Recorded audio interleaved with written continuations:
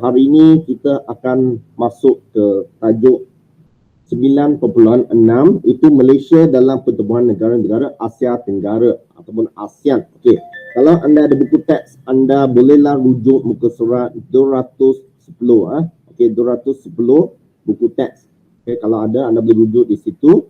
Okey, hari ini kita tengok tajuk ini Malaysia dalam ASEAN. Malaysia dalam ASEAN. ASEAN ini adalah satu pertubuhan serantau, pertubuhan serantau yang dianggotai oleh negara kita Malaysia bersama-sama dengan negara yang dekat dengan Malaysia ataupun berjiran dengan Malaysia. Jadi ASEAN, pertubuhan persatuan negara-negara Asia Tenggara. Okey, jadi dalam tajuk ini apa yang anda kena tahu adalah satu benda, itu pelibatan Malaysia. Okey, pelibatan Malaysia dalam ASEAN. Okay, ini yang anda kena tahu, pelibatan Malaysia dalam ASEAN. Okay, jadi pelibatan Malaysia dalam ASEAN ni dari segi ekonomi, sosial dan politik. Okay, mengapa pelibatan Malaysia dalam ASEAN ini penting? Salah satu sebab adalah kerana keamanan kawasan Asia Tenggara serta keselamatan Malaysia. Okey, jadi kita tengok di sini selain itu manfaat dia lah. Okey, kita tengok pelibatan Malaysia dalam ASEAN. Okey, sebenarnya pelibatan Malaysia dengan negara Asia Tenggara ataupun negara yang serantau dengan Malaysia ini, satu jiran dengan Malaysia ini, bermula dengan pertubuhan ASA. Okey, ASA ataupun Persatuan Negara-Negara Asia Tenggara. ASA pada tahun 1961. Pada masa itu ASA ini dianggotai oleh 3 negara sahaja. 3 negara sahaja, itu Malaysia, Filipina dan Thailand. Okey. Dan selepas itu pada tahun 1963, saya guna warna lain. 1963, pertubuhan Mafindo mula diwujudkan di antara Malaysia, Filipina dan Indonesia. 3 negara juga. Okey, untuk apa? Untuk menyelesaikan isu pembentukan Malaysia. Sebab semasa Malaysia ditubuhkan, Indonesia dan Filipina mereka membantah. Indonesia dan Filipina mereka membantah pertubuhan Malaysia. Ini anda telah belajar hari itu. Ini anda telah belajar hari itu semasa bab yang ke-5 hari itu. Itu pembentukan Malaysia. Okey, dan selepas itu pada 1967 kita ada pertubuhan ASEAN. Okey, ASEAN, ASEAN yang peringkat awalnya dianggotai oleh 5 negara sahaja, itu Malaysia, Indonesia, Singapura, Filipina dan Thailand. Okey, selepas itu ASEAN, anggota ASEAN bertambah. Okey, dengan 5 ahli baru, itu Brunei, Myanmar, Laos, Kemboja dan Vietnam. Okey. Jadi penubuhan ASEAN ini merupakan kejayaan cemerlang terhadap dasar luar Malaysia. Jadi sekarang kita lihat balik. Okey. Bermula dengan ASA, 3 buah negara, Malaysia, Filipina, Thailand. Okey. Dan selepas itu kita ada pertubuhan Mafilindo. 3 buah negara juga, Malaysia, Filipina, Indonesia. Okey. Malaysia, Filipina ni mesti ada punya. Okey, Malaysia dengan Filipina mesti ada. Jadi anda wajib ingat 2 nama negara ini. Okey, dan lepas itu ASEAN. Okey, ASEAN, Malaysia, Filipina, Malaysia, Filipina, Thailand, Indonesia. Thailand, Indonesia. Dan lepas tu tambah Singapura. Lepas tu ahli lain masuklah, Brunei, Myanmar, Laos, Kemboja dan Vietnam. Jadi ini yang anda ingatlah. Okey, pertubuhan nama negara. Okey, dan selepas tu kita tengok zon aman, bebas dan berkecuali ataupun ZOFAN. Jadi ASEAN ini, okey, dalam persidangan ASEAN di Kuala Lumpur, satu deklarasi telah diadakan, satu pengumuman, deklarasi ini pengumuman, satu pengumuman telah diadakan di mana dalam deklarasi itu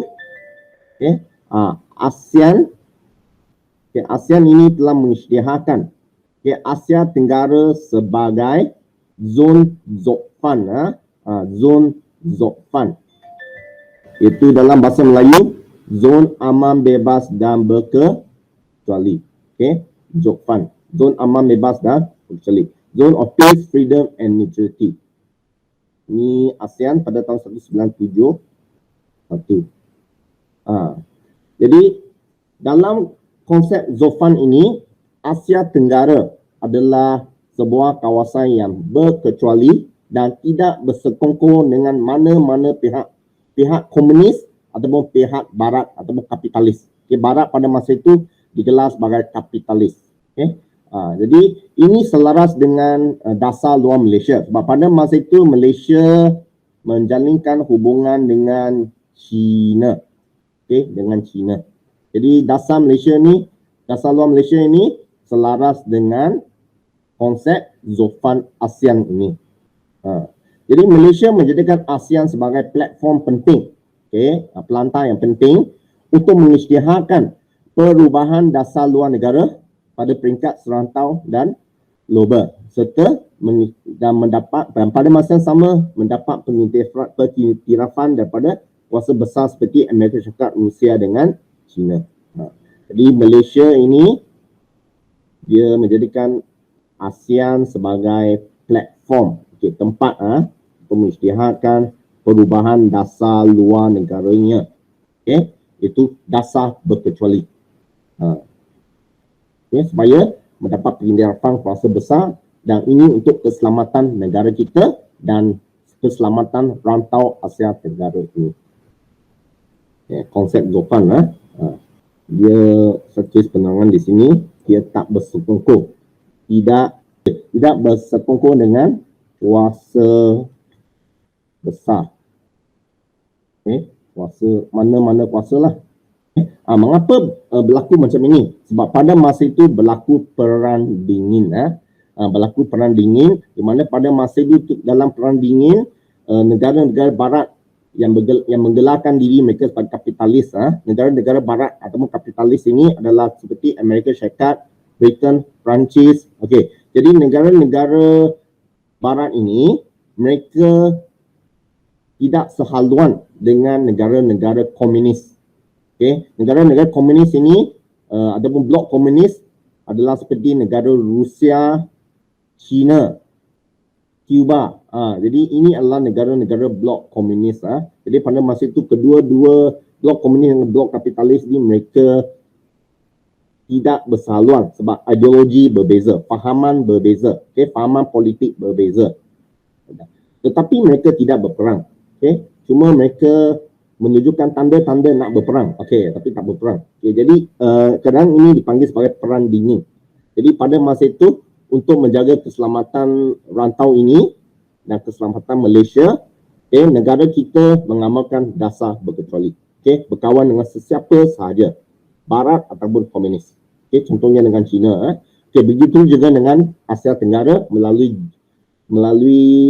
pertemuan ASEAN dengan konsep ZOFAN.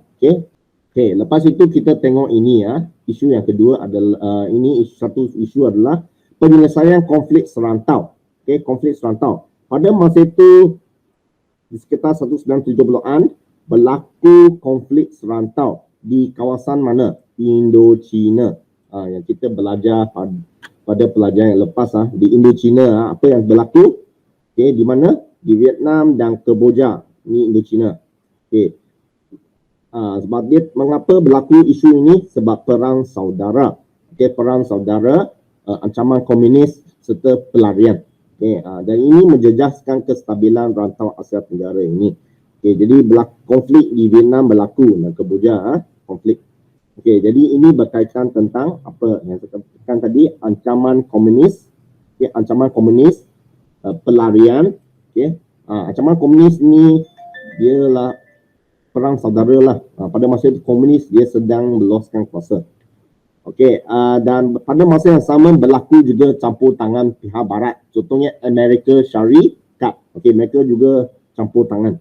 Jadi Malaysia pada masa itu menyeru. Okey, Malaysia pada masa itu menyeru agar kuasa besar seperti Amerika Syarikat ni, China ini tidak campur tangan dalam isu Vietnam. Dan isu di Kemboja ini diselesaikan melalui pilihan raya pada tahun 1993. Jadi isu ini sangat lama tau. Okay? Daripada 1970-an sampai 1993. Isu ini sangat lama. Jadi Malaysia turut menghantar pasukan pengaman di bawah PBB dalam misi UNTAC. Ini pun rasa para pelajar juga telah belajar hari itu tentang pelibatan Malaysia dalam PBB. Okey, pelibatan Malaysia dalam PBB. Okey, anda boleh lihat muka surat 201 hari itu 201 di mana Malaysia menghantar tentera pengaman di sana. Pada tahun 1992 sampai 1993. Malaysia menghantar pasukan pengaman. Jadi di sini kita boleh lihat peranan Malaysia. Apa peranan Malaysia? Malaysia menyeru kuasa besar tidak campur tangan. Lepas itu Malaysia hantar pasukan pengaman. Ini peranan Malaysia. Saya take ini Ini mungkin saya guna warna lain. Ini adalah peranan Malaysia. Dan selepas itu kita tengok kerjasama ekonomi tadi konflik serantau. Sekarang kita tengok kerjasama ekonomi. Untuk kerjasama ekonomi ini anda tengok di sini. Negara-negara ASEAN ini adalah rakan dagang Malaysia. Negara ASEAN ini adalah rakan dagang Malaysia. Mengapa? Sebab mereka berjiran dengan Malaysia. Paling senang kalau perdagangan. Negara yang berjiran dengan Malaysia ni adalah rakan dagang yang paling mudah. Jadi kerjasama ekonomi ini bermula sejak tahun 1970-an.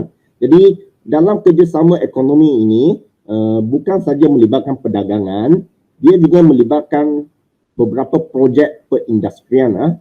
Contohnya ini. 1978 kita ada projek industri ASEAN. Projek industri ASEAN. Di mana kita ada projek baja urea di Indonesia dan Malaysia. Projek baja urea di Indonesia dan Malaysia ini kerjasama. Lepas itu baja fosfat dan kuprom di Filipina. Ini semua projek ASEAN. Dan penghasilan sebut soda di Thailand. Jadi ini adalah projek-projek industri di ASEAN yang melibatkan kerjasama antara negara. Ini satu. Lepas itu dalam kerjasama ekonomi ini kita boleh lihat lagi satu adalah ini, bagi warna lain, adalah tentang konsep perdagangan. Perdagangan. Jadi perdagangan ini kita ada konsep integrasi ekonomi ASEAN. Jadi apa peranan Malaysia? Peranan Malaysia adalah Malaysia menyokong konsep integrasi ekonomi ASEAN. Jadi dalam konsep integrasi ekonomi ini dia adalah mengharapkan supaya wujud satu pasaran yang tunggal di ASEAN yang bebas seperti penggunaan mata wang ASEAN. Jadi ini adalah matlamat dia. Supaya wujud satu pasaran tunggal ASEAN yang bebas seperti penggunaan mata wang ASEAN. Jadi Malaysia sokong konsep ini. Lagi satu adalah ini. Jadi untuk meningkatkan perdagangan, skim keutamaan perdagangan SKP juga dicadangkan. Skim keutamaan perdagangan SKP juga dicadangkan. Nah, lagi satu adalah ini, dalam skim ini, SKP ini, pemotongan cukai barangan dilakukan. Jadi Malaysia pada masa itu menawarkan pemotongan cukai ke atas produk-produk keluaran negara anggota ASEAN. Ini nombor 3 lah. Ini nombor. Jadi satu adalah projek industri seperti baja urea. 2, konsep integrasi ekonomi ASEAN. ASEAN sebagai satu pasaran tunggal yang bebas. Mata wang ASEAN. Yang ketiga adalah sistem SKP. Sistem perdagangan SKP di mana ada insentif seperti pemotongan cukai. Jadi Malaysia telah membuat potongan cukai ke atas barangan keluaran negara ASEAN. Okay, ini kerjasama ekonomi. Okay, sekarang kita tengok kerjasama sosial. Okay, tadi ekonomi, sekarang kita tengok kerjasama sosial. Jadi untuk kerjasama sosial ini, kita lihat di sini.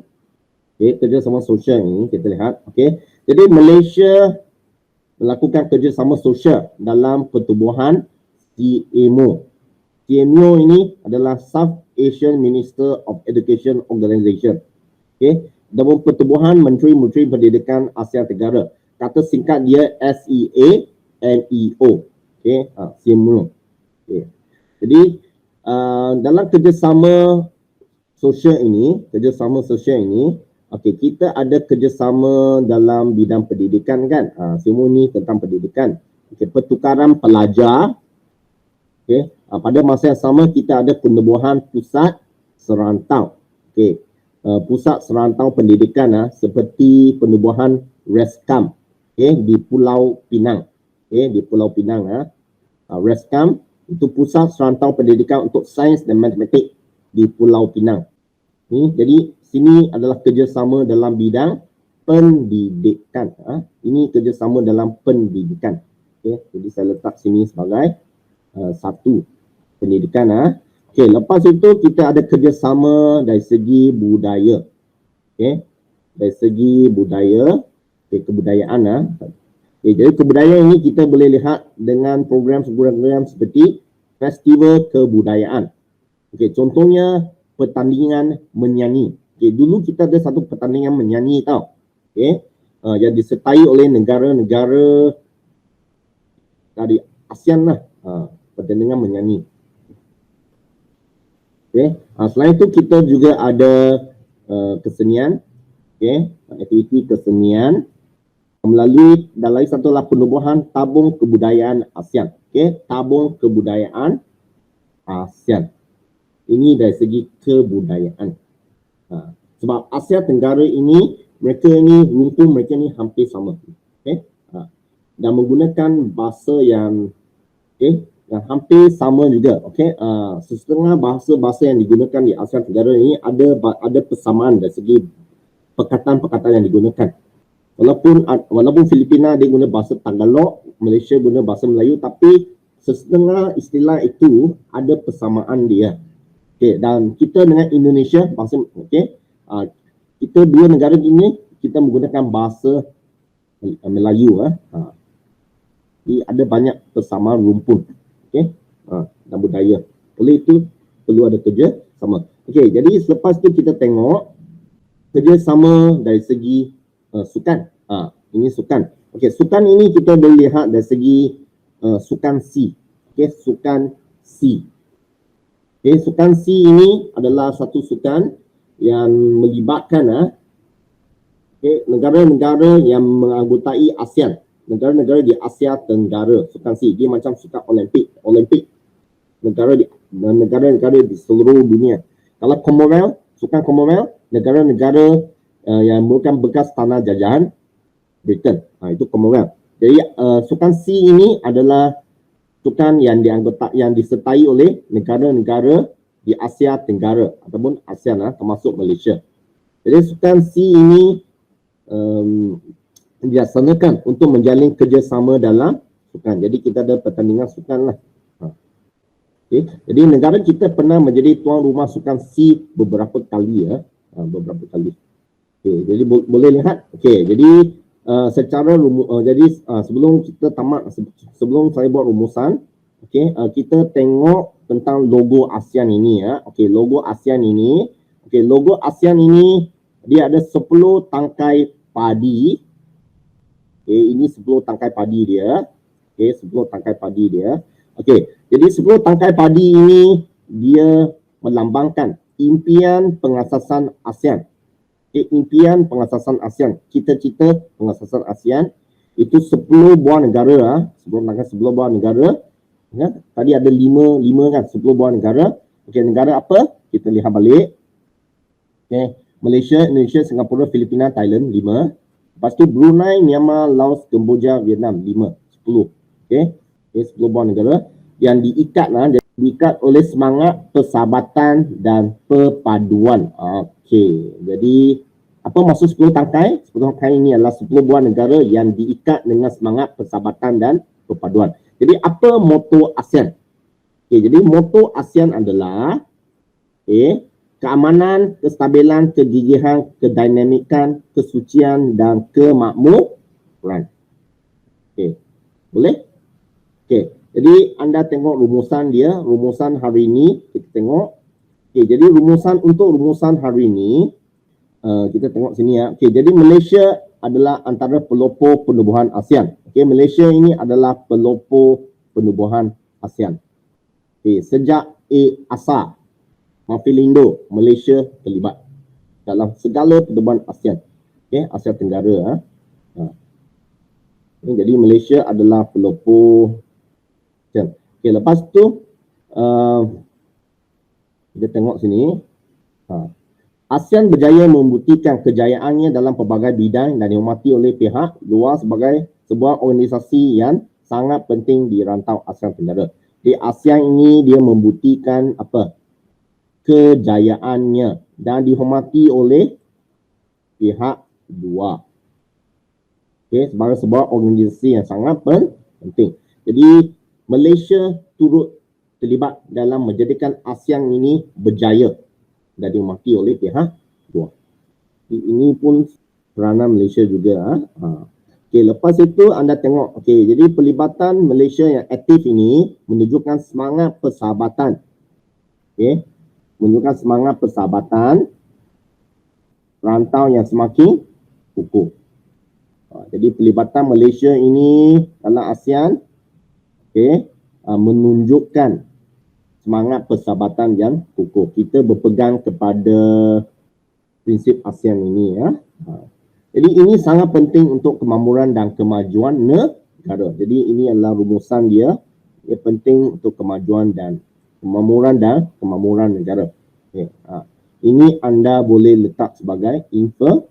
Okay. Penting untuk kemakmuran dan kemajuan negara. Ini anda boleh letak sebagai inference. Okay, boleh? Okay, sekarang kita buat soalan. Kita buat soalan.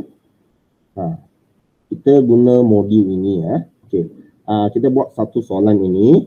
Senang saja. Okay, jelaskan peranan Malaysia dalam meningkatkan kerjasama sosial di kalangan negara ASEAN. Okay, anda cuba buat soalan ini dan tulis dalam ruangan chat. Tulis jawapan anda. Okay, keyword di sini adalah ini ya. Saya gariskan keyword. Okay, kerjasama sosial. Sosial. Jadi semasa anda tulis, anda kena tulis, anda kena mulakan ayat. Okey, pelajar, boleh tak anda cadangkan bagaimana anda mula ayat? Okay, Dingrui, dia kata ini. Dia mula ayat dengan ini. Inilah pangkal ayat dia, bagus. Okey. Peranan Malaysia dalam meningkatkan kerjasama sosial di kalangan negara ASEAN ialah, ya betul. Ini adalah pangkal ayat. Okey, yang jelaskan ini adalah kata tugas, jelaskan. Okey, jadi jelaskan ini maksudnya anda kena bagi huraian. Okey, fakta dan huraian. Jelaskan. Okey, jadi kita dah ada pangkal ayat. Peranan Malaysia dalam meningkatkan kerjasama sosial di kalangan negara ASEAN ialah, okey, di kalangan ataupun dalam kalangan. Okey, saya kalau tata bahasa dalam kalangan. Okey, sambung. Jadi apa pelibatan, apa kerjasama sosial negara Malaysia dalam ASEAN? Anda sekarang nyatakan dalam ruangan chat apakah bidang-bidang kerjasama sosial.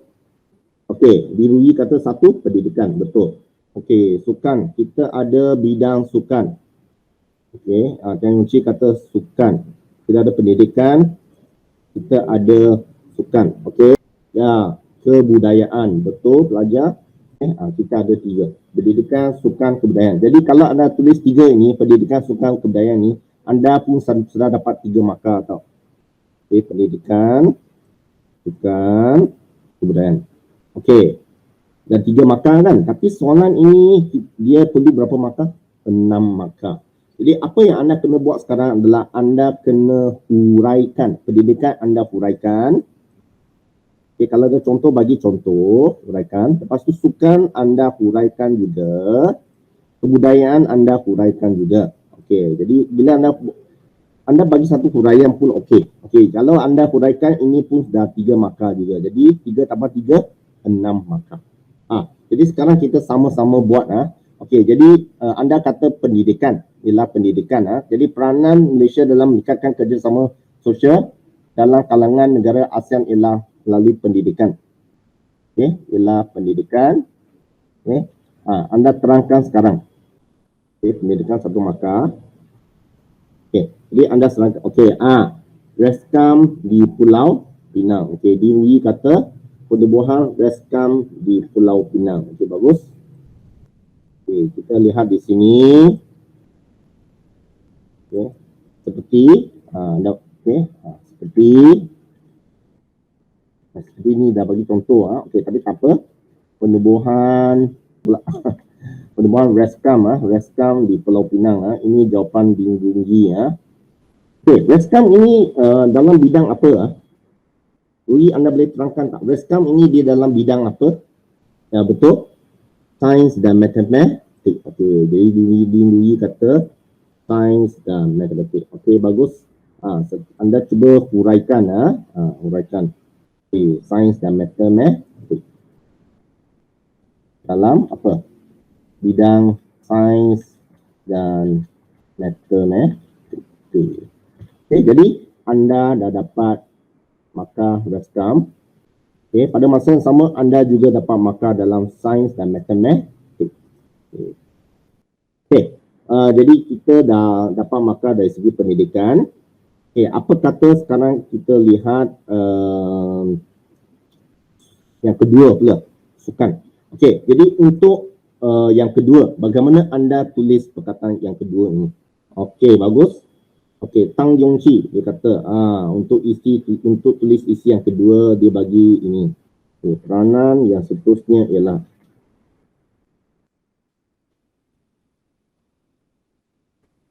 peranan yang seterusnya ialah peranan yang seterusnya ialah anda nyatakan beritahu saya apa peranan tersebut. Okey, tadi anda katakan sukan. Anda kata sukan. Okey, tadi Yongqi kata sukan. Okey, jadi sekarang boleh tak pelajar terangkan yang huraian tentang sukan ini? Okey, sukan. Okey, sukan ini betul ada markah. Okey, anda kena huraikan. Mengapa? Jelaskan. Okey, seperti sukan C. Ya, betul. Seperti sukan C. Anda boleh tulis yang sini dia. Okey, kerjasama dalam macam ni. Ayat ni lagi bagus. Sukan sini ni dia kata dia kerjasama dalam sukan. Okey, jadi sukan satu, contoh sukan C satu. Jadi kita dah dapat berapa markah sini? 1, 2, 3, 4, 5. Kita dah dapat 5 markah tau. Kita perlu 1 markah lagi. Sebab ini 6 markah. Okey, jadi sukan C sudah. Okey, sekarang anda bagi saya ayat yang seterusnya. Ayat yang seterusnya. Okey, ini isi tadi sukan C isi kedua kan? Sukan isi kedua kan? Okey, bagi isi yang ketiga, kebudayaan. Okey. Dan peranan terakhir ialah bagus. Ialah apa? Ialah kebudayaan. Okey, ialah kerjasama dalam kebudayaan, dalam bidang kebudayaan. Okey. Apa yang penting di sini adalah anda nyatakan kerjasama. Perkataan kerjasama. Okey. Kebudayaan. Okey, jadi ini anda dah dapat 6 markah sebenarnya. Okey, anda dah dapat markah penuh sebenarnya. Okey, tapi lebih baik anda bagi huraian juga. Kita bagi lebih, walaupun kita dah sampai maksimum 6 markah, tapi biar jawapan yang apa kita tulis ini lebih. Okey, lebih daripada 6 markah ini. Inilah jawapan Rugi jawapan Rugi. Okey. Iaitu anda boleh tahu perkataan iaitu mengadakan festival kebudayaan dan kesenian. Okey, dan kesenian. Okey, melalui apa? Melalui tabung kebudayaan. Jadi anda tulis ini pun anda dah dapat markah lah. Okey, festival kebudayaan. Okey, tabung kebudayaan ASEAN. Okey, jadi anda dah dapat banyak markah di sini ya. Okey, anda dapat 1, 2, 3, 4, 5, 1, 2, 3, 4, 5, 6, 7, 8.